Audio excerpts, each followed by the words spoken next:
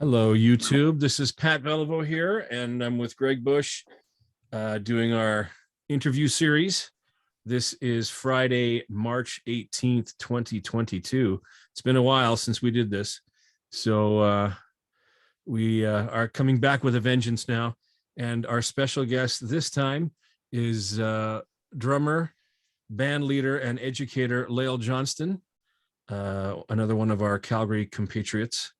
And just to set the record a little bit, Lael and I go back to, I think, well, unbeknownst to either of us, I think, 1980-81 in the Calgary Roundup Band. I was in grade 8 at the time. But we never really hung out, did we? There was nothing like that. But then we ended up meeting again at high school. And this would have been the fall of 1982. Going into the winter and spring of 1983. And yeah, we've went to university together for a bit, and then are still crossing paths quite a bit, actually, in the scene and stuff. You went the education route. I didn't, because I don't think I could handle it. I don't know how you guys do it half the time. But anyway, yeah, that's another story on another day. But anyway, so not to do the typical, well, how'd you get started thing or anything like that. I figure what I'll do, though, is if you want to lay some groundwork about some of the background of what got you to this point and what made you decide to make the choices to go into education and stuff that you did, et cetera, et cetera. Would you care to elaborate on the career of Lael Johnston to this point in the Coles Notes version? Sure. Yeah, so like, I guess, Pat, when you and I were hanging out in the earliest days, right? We were both at Central Memorial, which had an amazing band program. And that's, of course, where our paths crossed with Greg here. That is true, yes. Good point. Greg, running the jazz band. And not only running the jazz band, but I think being quite encouraging, and helping us young musicians sort of see what was out there in the Calgary scene. And so I think through wonderful mentors such as Greg, just kind of caught the bug to be a musician. And I was intending on avoiding education as a career for as long as possible too. So I did was kind of in and out of university, studying orchestral percussion, but at the same time gigging on the side, right, to make some money. And well, you have a master's degree, do you not? Yeah. So and is it in percussion performance? Yeah, it is. Okay. Yeah. So I did my undergrad down in Lethbridge, and all that time, especially in Lethbridge, I hooked in with a bunch of country bands, right? So was able to pay my tuition and room and board, bashing away in the honky tonks, and then ended up heading up to Edmonton to do my master's, and in percussion as well, and then crossing paths with another former high school friend, kid by the name of Steve Laree, who had I think he might have played tenor sax maybe in the concert band. I remember Steve, but mostly for guitar. Well, yeah, he played guitar in the jazz band, right? Yeah. Was he not in a band called Greyhound Tragedy? That's right. But he had so yeah, we had that band together for a little bit in Calgary, and then had parted ways, and I had done my undergrad, and he had gone and done his School of Hard Knocks there, playing in the alternative scene in Vancouver with a bunch of bands. And then he had ended up back in Edmonton playing with Junior Gone Wild, I think, and then had split with them. And I was going into my second year of my master's, and ran into him, unfortunately, at a nightclub, and he convinced me for us to put the Greyhound Tragedy back together. And so my last year of my master's was a very strange combination of serious study and some serious rock and roll into the Bashing. late. Yeah. When was it you finished your master's degree? When would that have been approximately?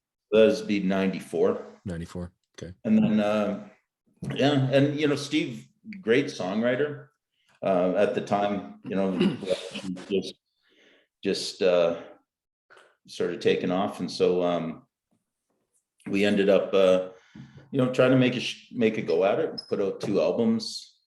Had a handful of really successful tours and many more unsuccessful tours, and eventually just got a little bit road weary. And I remember, yeah, just I was along the way had gotten married and done things like that, and you know, coming back from these 28-day tours with not any money at all, right? And trying to justify that.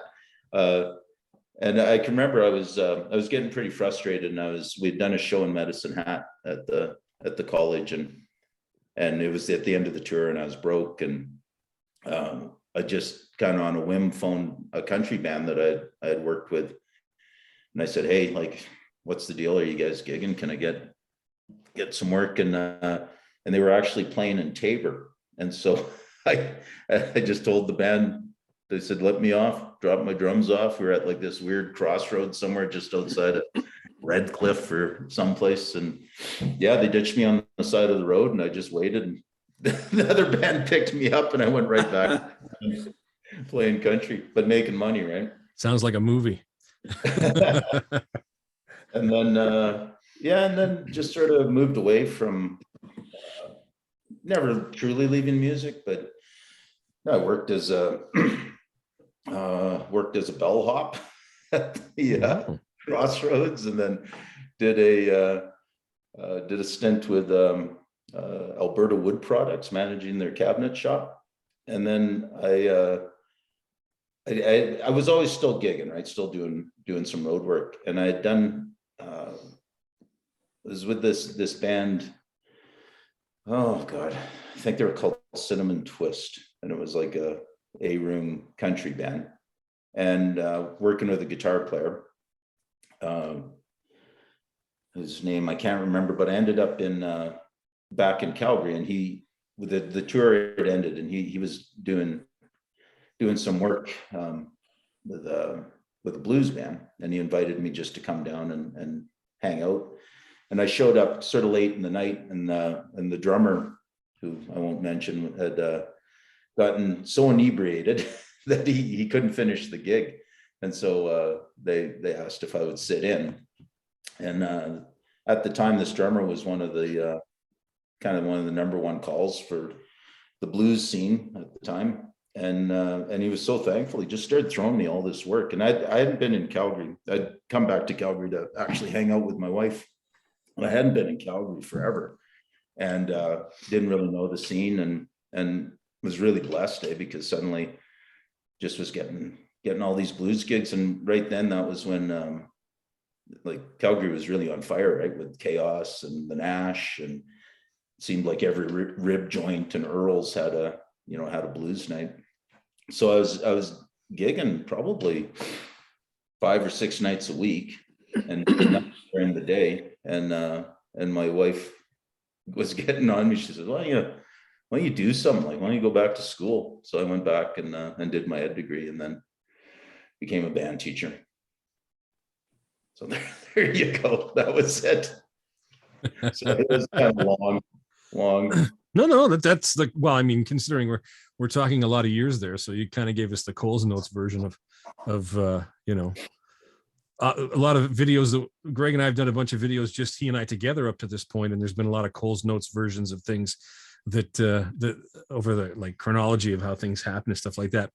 And I was just, as you were talking about being in high school and the three of us actually meeting, I had a bit of a flashback to, and I remember it pretty vividly, in the band room at Central Memorial High School, and rehearsing 2 tunes in particular, both written by Pete Coleman, I believe. One was Peaches and Tea, if you remember that, and the other was Beefsteak Charlie's. And I remember Do you remember that funk tune? Beefsteak Charlie's? Yeah, yeah, absolutely. Playing Barry, I had this line that went bup bup da da bup bup da da da da da bup bup da da, and then brass went beep bup it up bup bup bup bup da da da da da da. And then I remember at the end of the rehearsal, Dave Rice was there too, and Greg was in doing a clinic. They're kind of doing a tandem jazz band thing, and that's when I think theoretically, I think that's when I first met you, Greg, the first time. And you came up and asked if I would be interested in coming out to play in your rehearsal band at the time, which would have been like 1984. This would have been grade 11 for me and grade 12 for you, I think, Lael, at that time. But anyway, sorry, just had that flashback when you were mentioning it. So anyway, yeah. So, okay, cool. And I'm speaking of Greg, he's just kind of staring at all of you right now, not saying anything. So I'm going to open up the floor to him and kind of give us his perspective. Yeah, no, I certainly remember going to Central and Water Time and hanging out with you guys, and I think because we've hung out before, I think I didn't know there was a year between the two of you. Mm-hmm. And I guess I had forgotten that you had done Lethbridge and Edmonton. As you were saying it, because I was thinking, man, he bypassed University of Calgary. And no, he didn't actually. You spent some time there, right? Okay, because when you were mentioning Lethbridge and then you mentioned Edmonton, I was thinking I did know this because Lael, you and I have hung out and had these conversations before, but I'd kind of forgotten, and just how memories work because you're from Calgary and Central Memorial stuff. It kind of morphed in my brain that you'd done UFC, but yeah, I guess you bypassed most of it.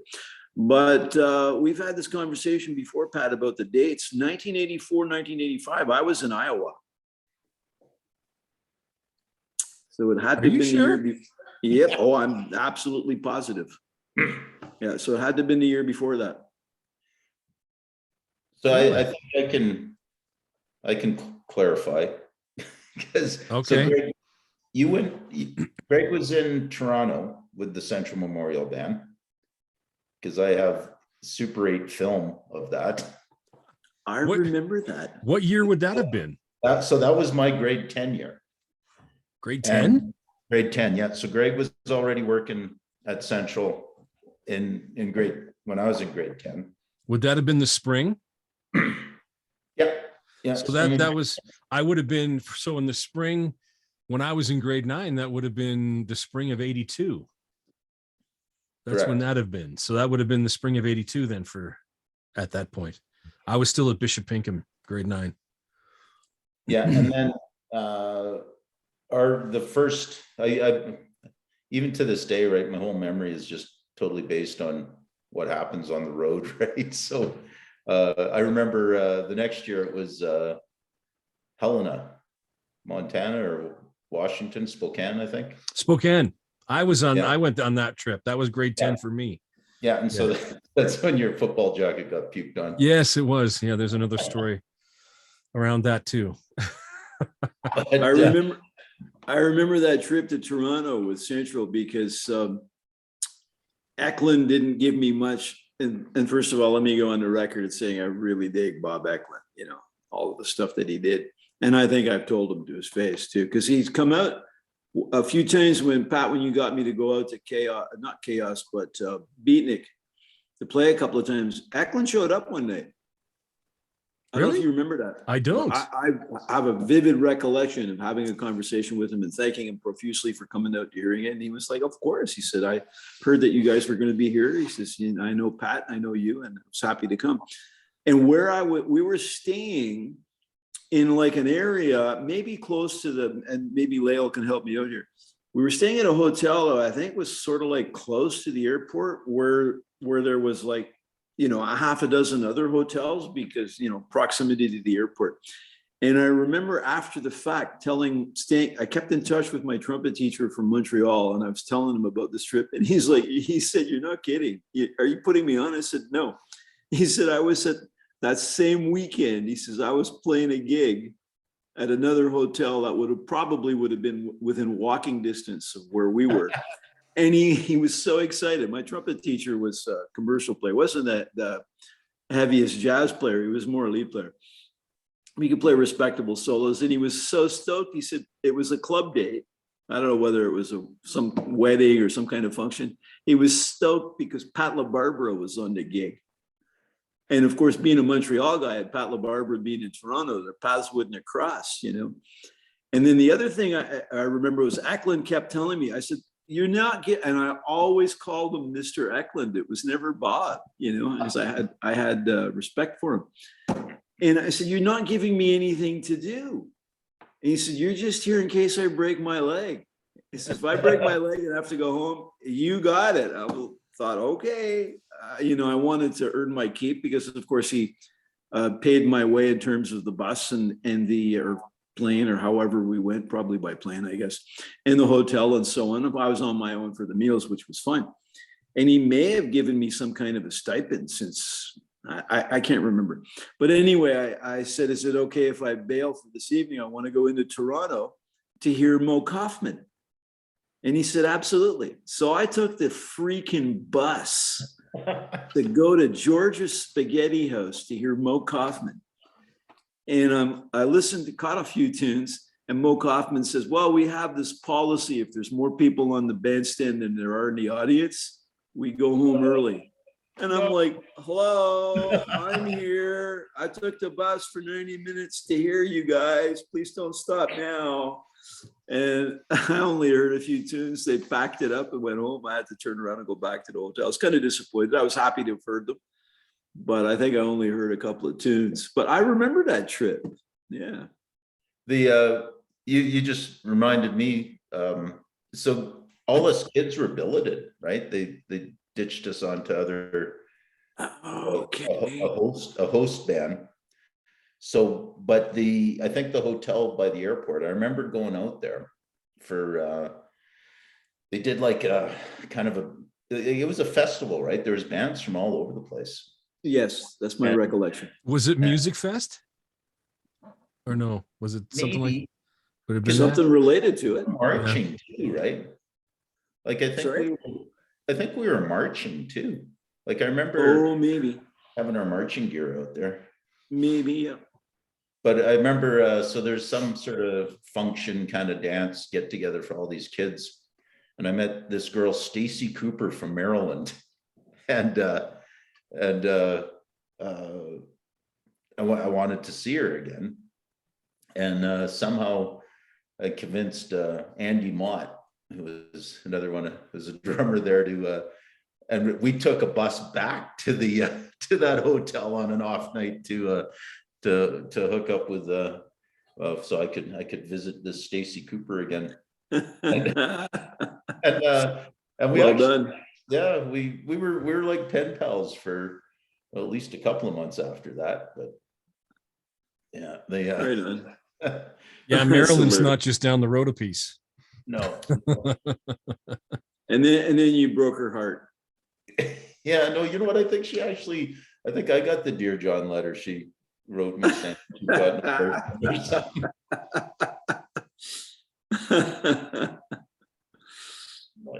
Just so you know, for the record, on this particular part of the video, there's 7 minutes left.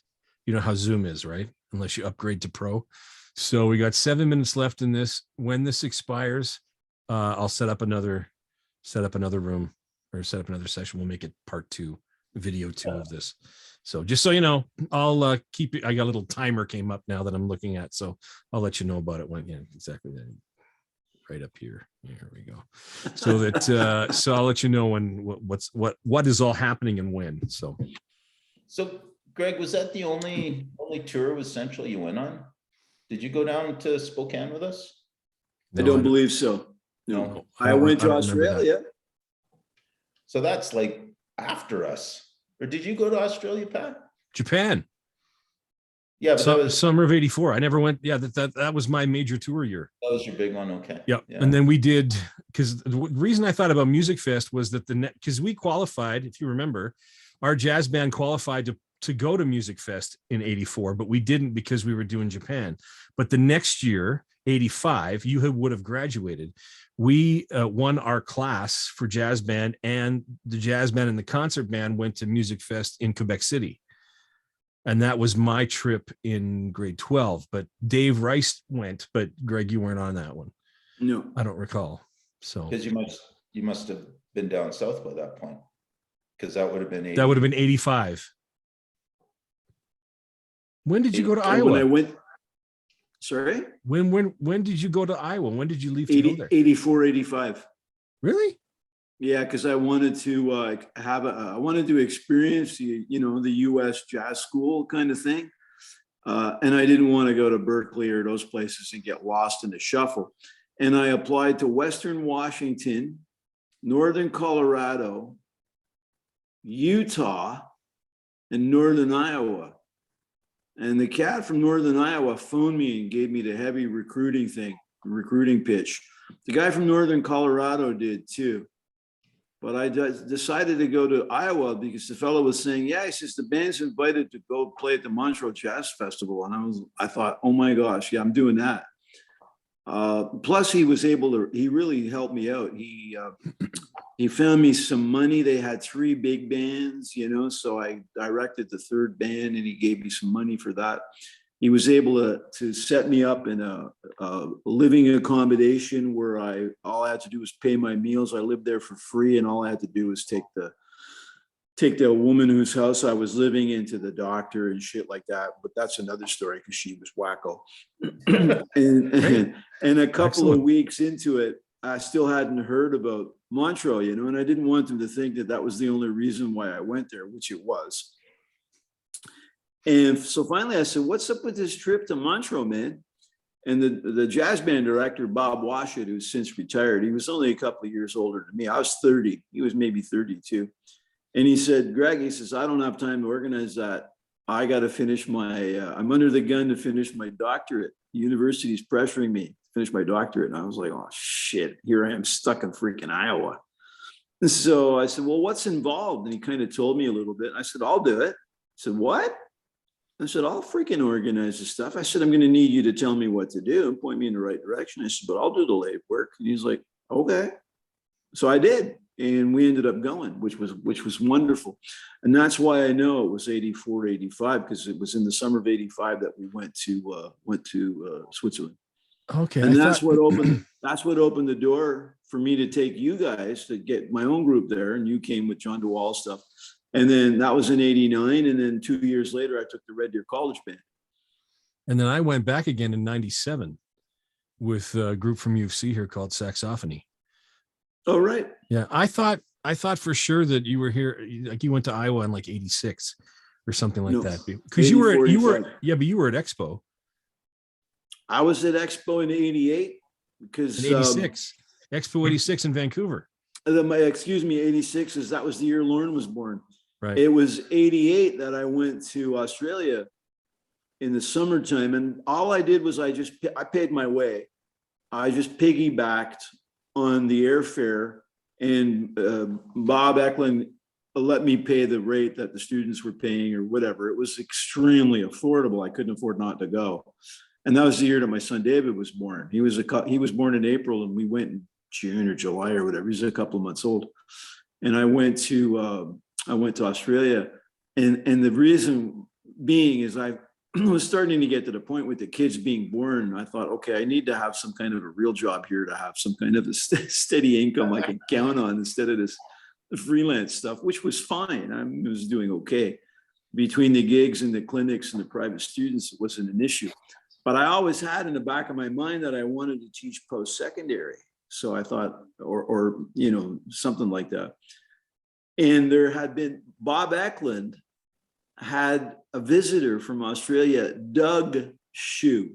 I remember trumpet him. Player from Australia. Do you remember him, Pat? I do, yes. Lael, do you remember him? Because he went to Central and did some work. Yeah. And the reason why he was there was to learn all of Bob's tricks about marching band. Because he wanted to start teaching marching band at the school he was teaching in Brisbane. So I kept in touch with him, and he liked to tell everybody that he was Bobby Shue's cousin and shit like that. But he's not.